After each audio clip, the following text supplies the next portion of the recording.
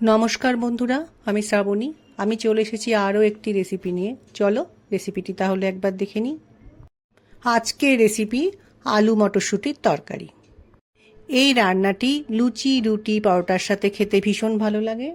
ভিডিওটা পুরোটা দেখার অনুরোধ রইল। আজকের এই নিরামিষ রান্নাটা বানানোর জন্য প্রথমে আমি আলু কেটে নিয়েছি। আলুকে আমি একটু ছোট ছোট টুকরো করে কেটে নিয়েছি, যেমন আলু চচ্চড়ি বানানোর সময় আলু কেটে নেওয়া হয় সেরকম। রান্নার শুরুতে গ্যাসে একটা কড়াই বসিয়ে নিয়েছি। কড়াইয়ের মধ্যে সর্ষের তেল দিয়ে দিলাম। তেলটা গরম হয়ে গেলে তেলের মধ্যে 5 ফোড়ন দিয়ে দিলাম। এবার দিয়ে নিলাম শুকনো লঙ্কা।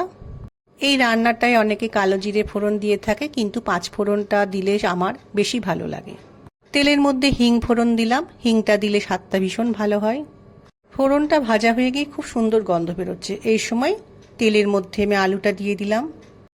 কেটে রাখা আলু কড়াইয়ে তেলের মধ্যে দিয়ে একটু সময় নাড়াচাড়া করে ভেজে রান্না করতে হবে, তাহলে তরকারির স্বাদটা ভালো হবে।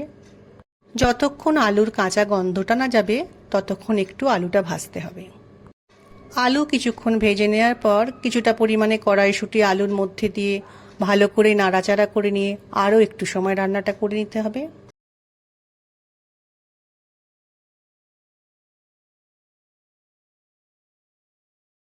এখন আমি রান্নার মধ্যে পরিমাণ মতো নুন দিয়ে দেব।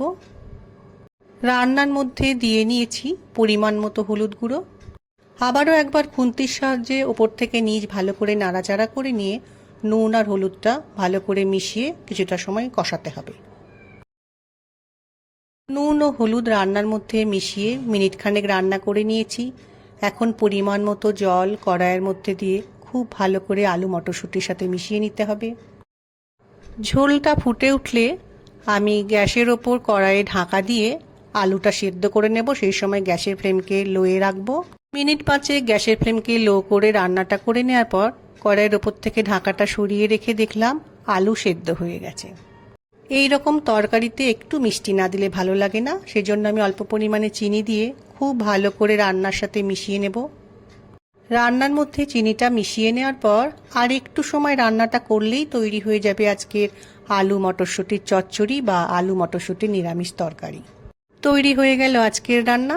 এই রান্নাটা রাতে ডিনারে রুটির সাথে বা লুচি পরোটার সাথে যে কোনো সময় খাওয়া যায়। যারা হালকা রান্না খেতে পছন্দ করো তারা এটা বানিয়ে দেখো, আশা রাখছি ভালো লাগবে। রান্নাটাকে ঠান্ডা করে নেওয়ার পর আমি একটা পাত্রের মধ্যে পরিবেশন করে নিয়েছি। আলু খেতে যারা পছন্দ করো তাদের রান্নাটা ভালো লাগবে। আমার আজকের রেসিপি ভালো লাগলে লাইক, শেয়ার ও সাবস্ক্রাইব করো। ভিডিওটি দেখার জন্য ধন্যবাদ। ভিডিওটি আজ এখানেই শেষ করছি। ফিরে আসছি আরও একটি রেসিপি নিয়ে।